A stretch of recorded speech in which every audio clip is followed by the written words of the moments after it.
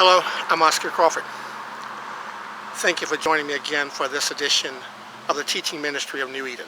Standing outside today in the Arizona twilight, we have much more comfortable weather to be outside in, and I'm taking advantage of it late this afternoon as I prepare to share a moment with you.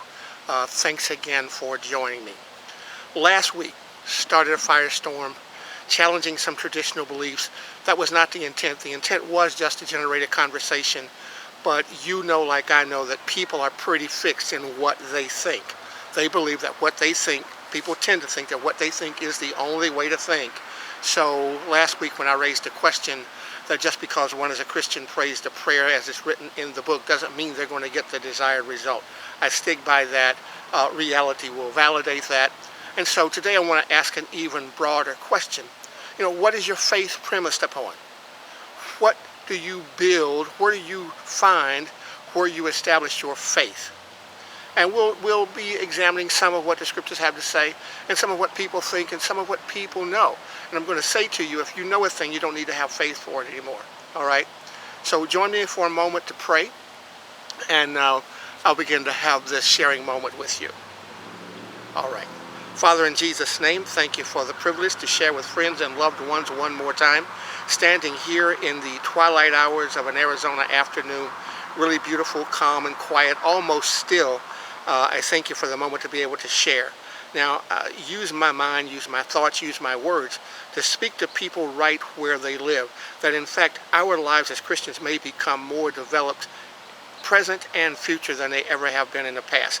Let us build on solid foundations of good information and not just what other people tell us, me or anyone else. I pray blessings upon all who hear and all who do. And one special blessing right now as I close this prayer, that you might bless the people of India who are under the threat of a continuing super cyclone. Minimize damage and pain and hurt and suffering. I pray in Jesus' name. Amen. Amen. All right, so I'm talking about faith today. In the book of Hebrews, chapter 11 and verse 1, the word faith opens up the chapter, and it says, now faith is. Now, not yesterday, not tomorrow, but right now faith is. So faith is right now. Listen to this. The substance of things hoped for. Substance of things hoped for, obviously meaning things we do not have possession of or full knowledge of, but the substance, our us, we are the substance of things that we hope for. And listen, the proof, the evidence of things that are not seen. Now, sounds quite complicated, but when you think about it, you'll clearly see very soon how we arrive at our perspectives on faith. All right. Now, Oscar's going to say to you today that faith really is believing that something good is going to come to end your bad situation. If you live in poverty, you are really believing for a day that you won't have to be poor. If you are sick today, you are believing for a day that you will no longer have to be sick. If you are going through any trying, stressful circumstance, you are believing for a moment in your life and time that you will no longer have to experience that. And that's what you're having faith for. That's what your hope is in. You're hoping for a better situation. And I'm saying to you today that faith is believing that something good is going to come to end your bad situation or to make your good situation even better. I hope you can hear me. Now, one of the things that I want to talk to you about today is where did human beings ever begin to conceive of the notion of God? And I've got to take you back a little bit. And this may stretch your thinking points, and some of you may be way past where I'm sharing with you today. So if I'm sharing in places that you've already covered, forgive me, share this with someone else who may not have, but just hear me out. Can you imagine having been a prehistorical ancestor, one of our prehistoric ancestors? Can you imagine being one of those folks? Man, woman, boy, girl, child, just in a time where there are no tools, there are no electricity, there's, my God, no internet, no radio, no TV, barely a wheel, maybe some fire to cook some food, but you live off the raw land. And it is believed that many of our Neanderthal ancestors literally lived in caves. Now, what do you think you would think if all of a sudden you looked out the mouth of the cave, your open door, you looked out and you saw in the sky a real darkness that you're not used to seeing, and out of it was coming something that looked like points. And we know it is lightning, but if you don't know what it is and you're seeing it for the first time, you're scared. Some of us are even scared of lightning now. I know people that when they hear thunder, they're really shaken up. So imagine what our ancestors thought the first time they began to consciously experience thunder and lightning. And oh my God, add the ground shaking to it. What must they have thought? Well, I'll tell you what they thought. They thought that they didn't know like we don't know. I mean, you know, everybody tries to make sense out of their life, whatever age and stage they're alive in. We try to make sense out of our lives and the world at whatever age and stage we are. So our ancestors tried to make sense out of it too. And so many of them decided that whatever that noise was coming from the sky, that was somebody. And they gave that somebody names that made sense to them. So they named, all of us have heard this, most of us have heard this group called Earth, Wind, and Fire. But it is out of earth, wind, fire, and water that the original gods to our prehistoric ancestors evolved. Are you listening to me? People didn't know where the wind came from. All they knew that it came and it had power. And if it came hard enough, it destroyed some things. We still see it today. We call them natural disasters and acts of God. We can get a better identity marker on those things. These are things of nature. These are things that happen just like we naturally happen. These things happen, and we learn to interface and engage and live within our environment and protect ourselves as much as we can. Our ancestors didn't have all the tools that we have. And so in what they did not know, they named the gods of the wind, gods of the earth, God of the fire, God of the water, God of the north, east, south. They named multiple gods because that was the level of their understanding. Now, I don't know how that's going to stack up with what you believe you know and have heard, but that is sure enough the truth. There's just too much evidence that we have ancestors whose brains were smaller than our own. Our brain right now is 400 times the size, no, 400% greater than the brains of our prehistoric ancestors. There's just too much data to substantiate that. Now, I know that there are people who are Christian who want to just mock the evidence that's just inside the earth, indicating that there were people who predated our existence who weren't as consciously aware of themselves and know as much about it themselves as we do now. But let me tell you something. We are struggling to make sense out of our lives just like they did. And you know what? I don't have to take you back with more than 150 to 200 years to show you some people in some desperate conditions who had faith that God that they knew and had relationship with was going to come to end their bad situation. Talk to me now. And listen to me. Women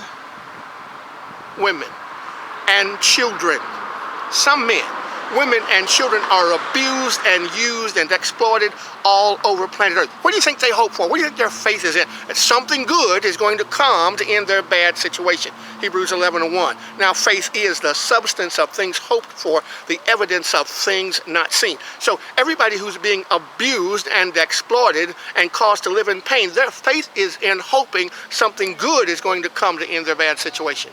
I hope you're hearing me. I don't know what you're going through today. You may be going through some really jacked up, messed up, painful situation that you are trusting what's greater than you to get you out of that mess. I know that from time to time I'm in situations that I can't control by myself. So I have faith in that which is greater than me, that I call God, to get me out of my own mess. Are you listening to me?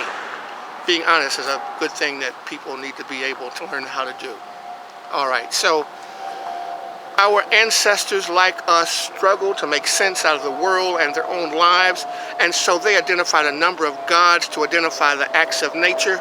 And the development of the human mind to conceive of more, the human mind developing the capacity to conceive of more, conceived of there only being one power greater than us all. Now, most cultures, not all, across the earth believe that there is a creative source, an originator, a master architect who designed everything that we see. Many of us call that Allah. Many of us call it Jehovah. Many of us just call it God. Now, we've ascribed gender to it because, listen, gender has always been ascribed to strong things based on tradition, and we're outgrowing that. Are you listening to me? Black people and women and people, other people of color, gays, lesbians, transgendered persons, all of us are becoming free of the traditions, of the limitations of other people's minds. Are you listening to me? Now, you know, the jury's out on how we are ever going to come to agree on the things that are different. But let me tell you this. All of us are human beings and struggling to make sense out of the world and our place in it. And so women over the last century have made considerable gains in North America and Europe. Maybe some places in Asia as well, but not nearly as much as people who live in the West would like to see. Women are a great deal freer to be and do what women want to be and do now than ever before. African Americans and other people of color are free to be and do like never before. But what do you think we all thought when our ancestors were in those situations that were ugly and painful and cruel and exploiting our humanity? We believed that something good was going to eventually come to end our bad situation. And so people are doing the same today. Now, I said I was going to ask you the question, what is your faith premised upon? If your faith is only premised upon what somebody told you and you have no experience to put clothes on what they told you, you don't really have anything to believe. So you believe anything anybody tells you. I'm certainly not telling you to believe what Oscar's telling you just because I'm saying it to you. I'm challenging you to find out for yourself what you believe. The scriptures indicate to us that there was a people in what we regard today the Middle East, who believed they had an encounter with God and that God began to develop a relationship with them, and out of that relationship with them came other relationships with others. And so we're the beneficiaries of that perceived interaction between people and God to give our lives some sense of organization, some sense of order, some sense of our ability to engage it, and more than anything, it gave us faith to believe that something good was going to come to make our situations better. Are you just believing because of some miraculous writings? Or are you believing in God, the Creator, that is greater than all the writings? You do know that God is greater than anything that's printed about God. You realize humans wrote everything that we have about God, and so that's been our projection on God about what we say God said to us about himself. Now, you do with that what you need to. I'm saying to you that there is more going on here than is just to be accepted and written down and followed as if it's just an essential rule book. Life is to be engaged. If we are to demonstrate we have any capacity for loving the Creator of the world, we're going to have to demonstrate by our relationships with other people. How well are you loving people today? Are you good to people? Or do you just expect people to be good to you? Are you loving people or just expect people to love you? Are you always there with your hand out for somebody to fill it? Are you busy filling your own hand so that you can share that with other people? What is your faith in? We've been studying at our church for the last few weeks, and Mr. Derek Farris has been the teacher. We've been talking about faith without works is dead. All right, it's easy to tell somebody you love them, but if you don't ever give any demonstration of your love for them, it's just wasted words, and they know it. Somebody once said action feels better than words. Action speaks louder than words and feels better too. Action speaks louder than words and feels better too. Faith without works is dead. You can talk about all your God talk and all of what you think and what you feel and believe. If you're not doing anything with that information that's making life better for yourself and others, it's just talk. And man, we've got enough talk. If you live in America right now, you're hearing enough talk about political nonsense that you'd wonder if anybody's sane in our nation. Let me tell you, there are a lot of people who are sane, and many things where we live are about to change for the better. You watch and see what I'm telling you. Many things are going to change for the better because people are now tired of the mess. Our faith is that something good is going to come to end this bad situation politically where our nation has us in debt up to the ears of generations who are yet unborn. Are you listening to me? Our nation has us in debt up to the ears of generations that are yet unborn, and that is nonsense. When you say to yourself, you're the most productive nation, the greatest economic power, the greatest military power on earth, it is nonsense to be living out that kind of an existence. I don't know what you heard me say today, but the bottom line is this. Love is the only thing that matters. It's the only thing that's real. Whatever your religious self-talk is, whatever your religious belief is, whatever your Sunday morning celebrations are about, if you are not doing something to make the lives of people better, it's just a waste of your mouth and air.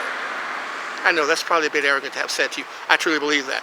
If you would live a good life, then help others to have that same kind of an experience. Engage me, talk to me. On the bottom of your screen right there, you're going to see an email address, website. Follow up with me. Talk to me about what you think you're hearing. Talk to me about what you believe. Let's talk. Let's build some relationship. We ought to be about every day making new friends, and building new relationships. My name's Oscar Crawford. I thank you for joining me one more time, and I can't wait to get back here together with you this time next week for the teaching ministry from New Eden. God bless. Take care.